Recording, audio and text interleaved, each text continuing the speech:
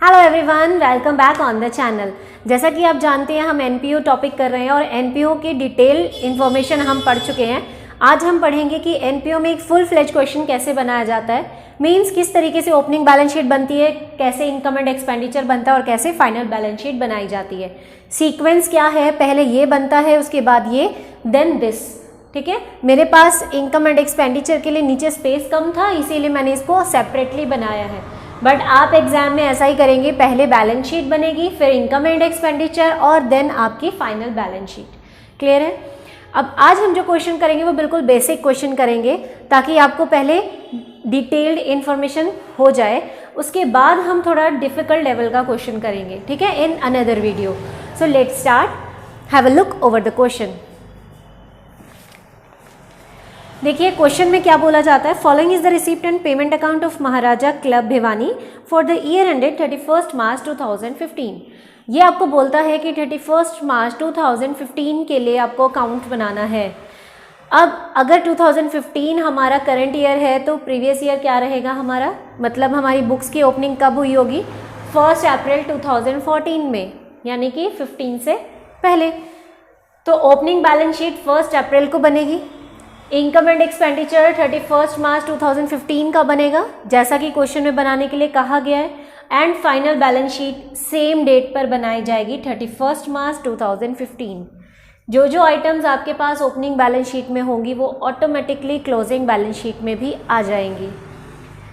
Now read the question. सबसे पहले आपको एडजस्टमेंट्स पढ़नी है ताकि आपको मालूम चले कि हमें क्वेश्चंस में किन किन आइटम्स को एडजस्ट करना है। So let's have a look over the adjustments.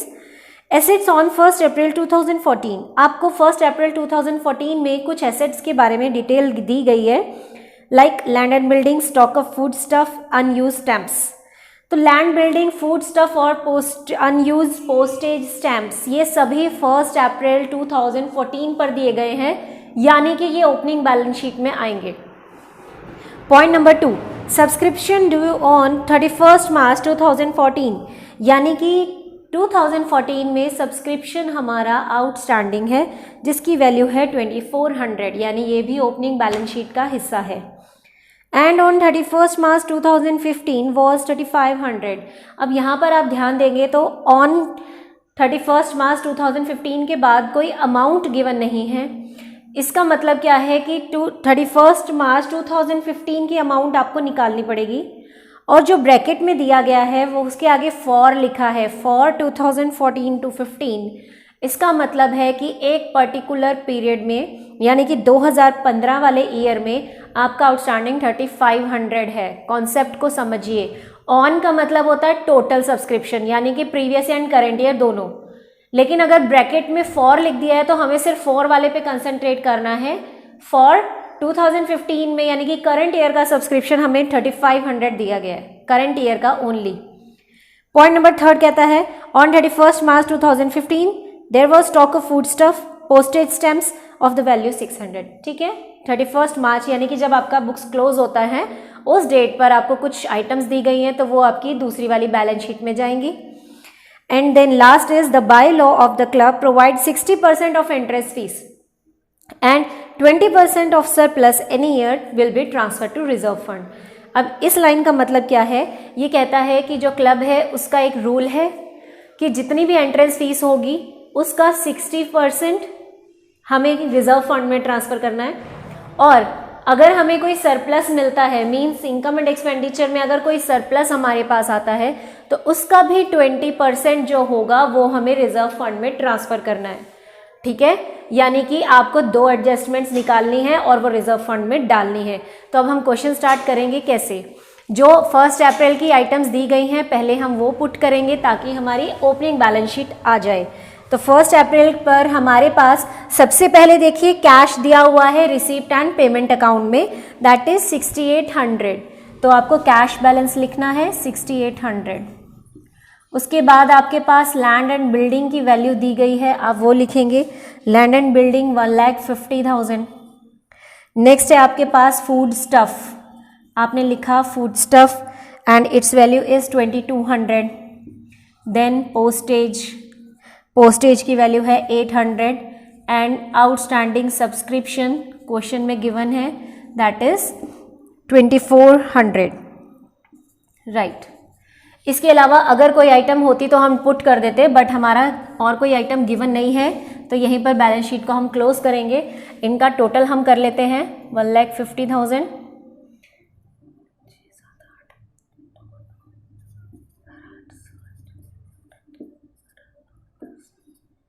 Okay, it's total is 1,622,00। अब ये जो वैल्यू आपकी आती है इसे हम क्या कहते हैं, ये है हमारा कैपिटल फंड, इसे हम कैपिटल फंड कहते हैं, ठीक है। कैपिटल वर्ड यूज नहीं करना है क्योंकि एनपीओ में कैपिटल नहीं होता, और ये जो कैपिटल फंड आया है ये सीधा उठकर आपकी क्लोजिंग बैलेंस शीट में भी एज इट इज ट्रांसफर हो जाता है। ये मैं आपको ऑलरेडी बता चुकी हूँ, ठीक है ना। तो ये आपने साथ के साथ ट्रांसफर कर दिया, तो एक चीज़ तो हमारी क्लोज हो गई। नेक्स्ट हमें करना है इनकम एंड एक्सपेंडिचर। जितनी भी आइटम्स रिसिप्ट साइड पर गिवन है, यानी वो इनकम्स हैं, वो सारी इनकम में जाएंगी, और पेमेंट साइड पर जो भी अमाउंट गिवन है वो सारी एक्सपेंडिचर में जाएंगी। बस हमारी कंडीशन ये है कि वो जो एक्सपेंस या इनकम है वो रेगुलर नेचर का होना चाहिए। रेगुलर मीन्स जैसे कि जो लगातार खर्चा चलता रहता है वो सभी। अगर कोई ऐसा एक्सपेंस है जैसे कि परचेज ऑफ फर्नीचर या कुछ भी, तो वो एसेट होती है और उसकी ट्रांसफर हम बैलेंस शीट में करते हैं। क्लियर हो गया। तो फर्स्ट आइटम जो हमारे पास गिवन है दैट इज सब्सक्रिप्शन, तो हमने लिखा बाय सब्सक्रिप्शन।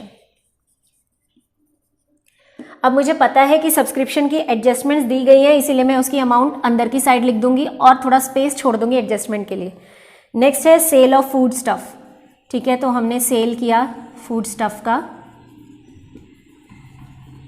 हमारे पास इनकम आती है 8500।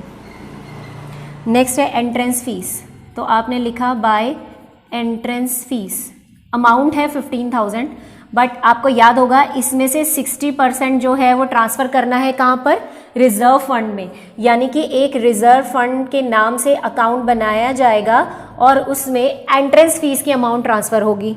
तो आप क्या करेंगे, 60% इसका कैलकुलेट करेंगे तो ये बनता है 9,000, ठीक है। तो माइनस करके 6,000 आपका बच गया, वो आपने बाहर शो कर दिया। अब जब आप एडजस्टमेंट करोगे तो दोनों इफेक्ट इकट्ठे ही डालने हैं, वरना आप भूल जाएंगे। तो जैसे ही मैंने 15,000 का 60% माइनस किया यहाँ 9,000, ये 9,000 मैं साथ के साथ लेकर आऊँगी अपने रिजर्व फंड में, ठीक है। नेक्स्ट आती है हमारी amount that is by hire of ground. Hire of ground का मतलब मेरे पास कोई ज़मीन पड़ी थी और मैंने उसे किराए पे दिया हुआ है और मुझे वहाँ से इनकम हो रही है। नेक्स्ट है बाय इनकम फ्रॉम एडवर्टीजमेंट, किसी भी तरह की एडवर्टीजमेंट करवा रहा है एनपीओ, कर रहा है किसी के लिए और वहाँ से उनको इनकम हो रही है, ठीक है। तो इनकम साइड हमारी कंप्लीट हो चुकी है। अब हम पेमेंट साइड की एंट्रीज करेंगे। पेमेंट में सबसे पहले है हमारा फूड स्टफ। मैंने आपको ऑलरेडी बताया हुआ है कि अगर किसी भी आइटम की ओपनिंग स्टॉक, क्लोजिंग स्टॉक दिया हो और साथ ही साथ उसके परचेज के बारे में बात की गई हो, तो सीधा सीधा हमें क्या निकालना पड़ता है, कंज्यूम्ड, मटेरियल कंज्यूम्ड, ठीक है। तो उसी तरीके से फूड स्टफ मटेरियल कंज्यूम निकालेंगे आप। आपने परचेज किया है 6,000 का, ऐड करेंगे आप इसमें opening stock of food stuff, ठीक है ना। ओपनिंग स्टॉक कहाँ से मिलेगा, ऑब्वियसली ओपनिंग बैलेंस शीट से, दैट इज 2200 आपने प्लस किया, ठीक है। साथ ही साथ आपने माइनस किया क्लोजिंग स्टॉक। क्लोजिंग स्टॉक आपको क्वेश्चन में गिवन है दैट इज 3800, तो आपने माइनस करके बाहर अमाउंट शो कर दी। नेक्स्ट आता है पोस्टेज। अगेन पोस्टेज का ओपनिंग एंड क्लोजिंग दोनों बैलेंसेस गिवन है, तो हमें पोस्टेज कंज्यूम निकालना पड़ेगा। पोस्टेज है 3000 का, इसमें ऐड कर दीजिए आप इसका ओपनिंग स्टॉक। पोस्टेज का ओपनिंग स्टॉक 800 है, प्लस करके 3800 बन गया। साथ ही साथ माइनस कर दीजिए इसका क्लोजिंग स्टॉक दैट इज 600, तो आपकी अमाउंट शो हो गई बाहर 3200। क्लियर हो गया। नेक्स्ट कहता है फर्नीचर परचेज्ड। अब फर्नीचर एक तरह की एसेट है, वो कोई एक्सपेंस नहीं है, तो हम उसे यहाँ शो नहीं कर सकते, उसे हम बैलेंस शीट में शो करेंगे।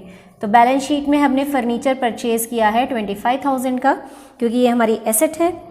नेक्स्ट आता है सैलरीज, हमने पे की हैं सैलरीज, तो हम लिख देंगे सैलरीज दैट इज 32,000। अगर सैलरी का कुछ ओपनिंग या क्लोजिंग बैलेंस होता तो एडजस्टमेंट करते, बट नहीं है, इसीलिए हमने डायरेक्ट सैलरी लिख दिया। Next is books. अब बुक्स क्या है? बुक्स हमारी एसेट्स है। क्यों है एसेट्स? क्योंकि हमने एक बार जो बुक खरीद ली है उसको हम यूज़ करते रहते हैं, ठीक है, वो कोई रेगुलर एक्सपेंस नहीं है, तो एसेट्स है, इसीलिए हमने बैलेंस शीट में लिखा and its value is 41,500।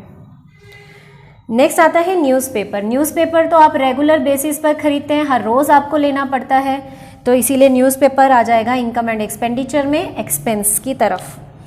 Next है रेंट एंड इंश्योरेंस, ये भी आपका रेगुलर होता है, तो आपने इसकी अमाउंट लिख दी 24,200। नेक्स्ट आती है अमाउंट सन्ड्री एक्सपेंस, आप लिखेंगे सन्ड्री एक्सपेंसेस। सन्ड्री एक्सपेंसेस भी आपके रेगुलर होते हैं, छोटे मोटे खर्चे, ठीक है। नेक्स्ट आता है ट्रैवलिंग एक्सपेंस, यानी कि आपने एक जगह से दूसरी जगह ट्रैवल किया है, रेगुलरली करते रहते हैं, इसीलिए इसी वाले में आएगा, ठीक है।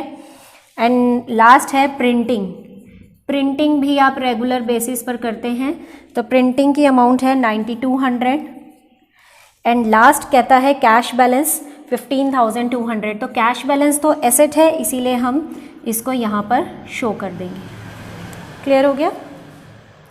अब हमारा इनकम एंड एक्सपेंडिचर की भी सारी अमाउंट्स आ गई हैं, एडजस्टमेंट्स भी हम साथ साथ कर चुके हैं, सिर्फ एक चीज़ रहती है, दैट इज सब्सक्रिप्शन, ठीक है। अब देखिए, आपको मैंने बताया था आउटस्टैंडिंग सब्सक्रिप्शन जो है करंट ईयर का वो प्लस किया जाता है, और आउटस्टैंडिंग सब्सक्रिप्शन जो है प्रीवियस ईयर का वो माइनस किया जाता है, ठीक है। तो करंट ईयर का आउटस्टैंडिंग कितना है वो हमें ऑलरेडी क्वेश्चन में गिवन है, दैट इज 3500, तो हमने यहाँ प्लस कर लिया, ठीक है।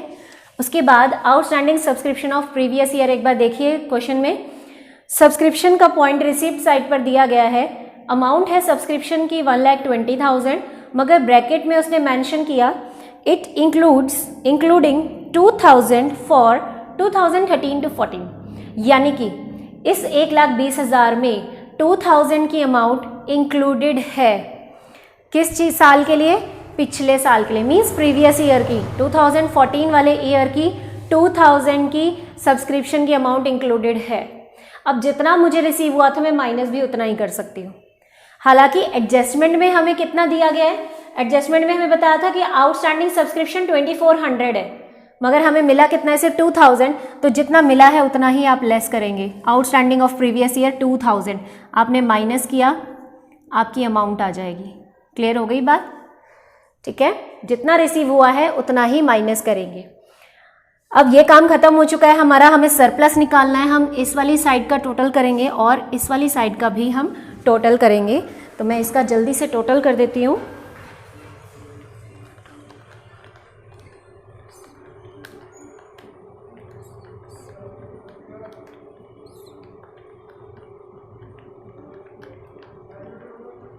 ये वाली साइड हमारी आती है 165,100, और इस वाली साइड का टोटल अगर हम करते हैं तो ये टोटलिंग हमारी बनती है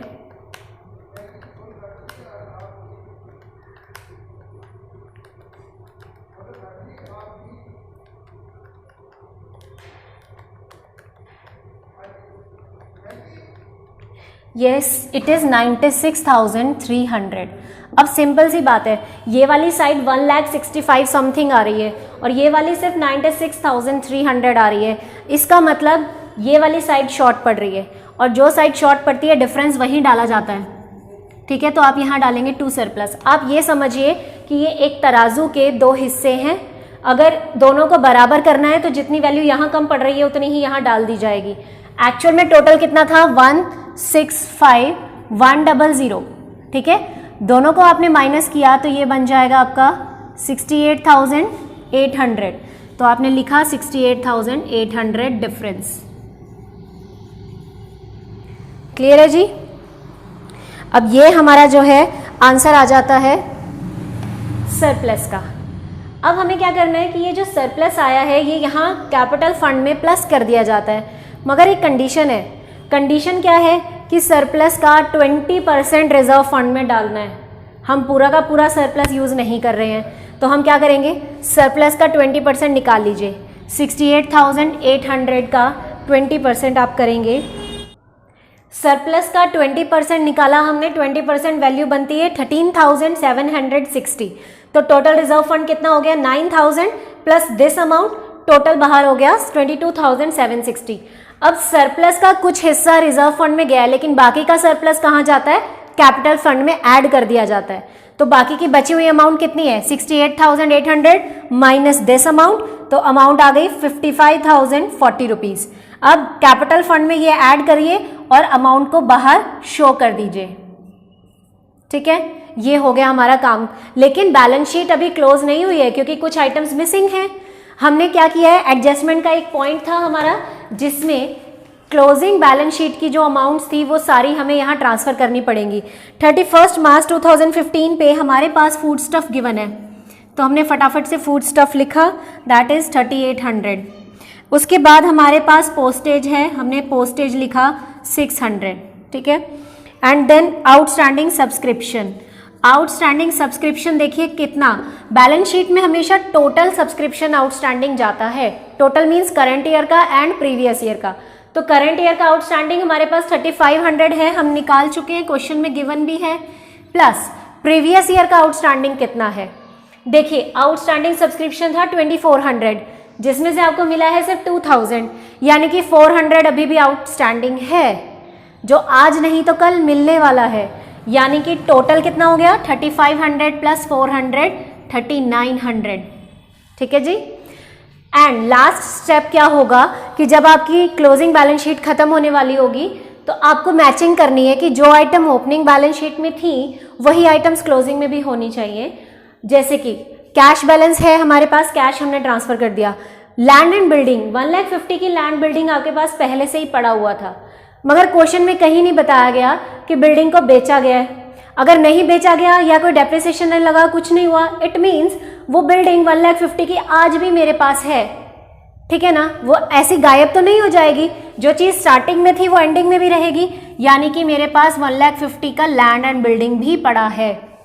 ठीक है, अब काम खत्म हो गया, फूड स्टफ आ चुका है, पोस्टेज एंड सब्सक्रिप्शन।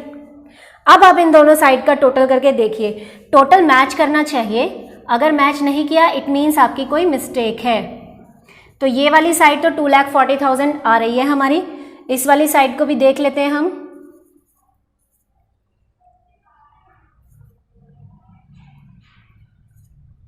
यस, ये भी 2,40,000 आ रही है। दोनों साइड्स मैच कर गई, इसका मतलब क्वेश्चन हमारा करेक्ट है। तो देखा आपने कितना आसान है। अगर आप स्टेप बाय स्टेप एडजस्टमेंट्स करते जाते हैं तो कहीं पे भी मिस्टेक होने का कोई चांस नहीं है। अब आप अपनी बुक में से क्वेश्चंस प्रैक्टिस कीजिएगा और कोई डाउट हो तो कमेंट बॉक्स में कमेंट जरूर कीजिएगा। Thanks for watching.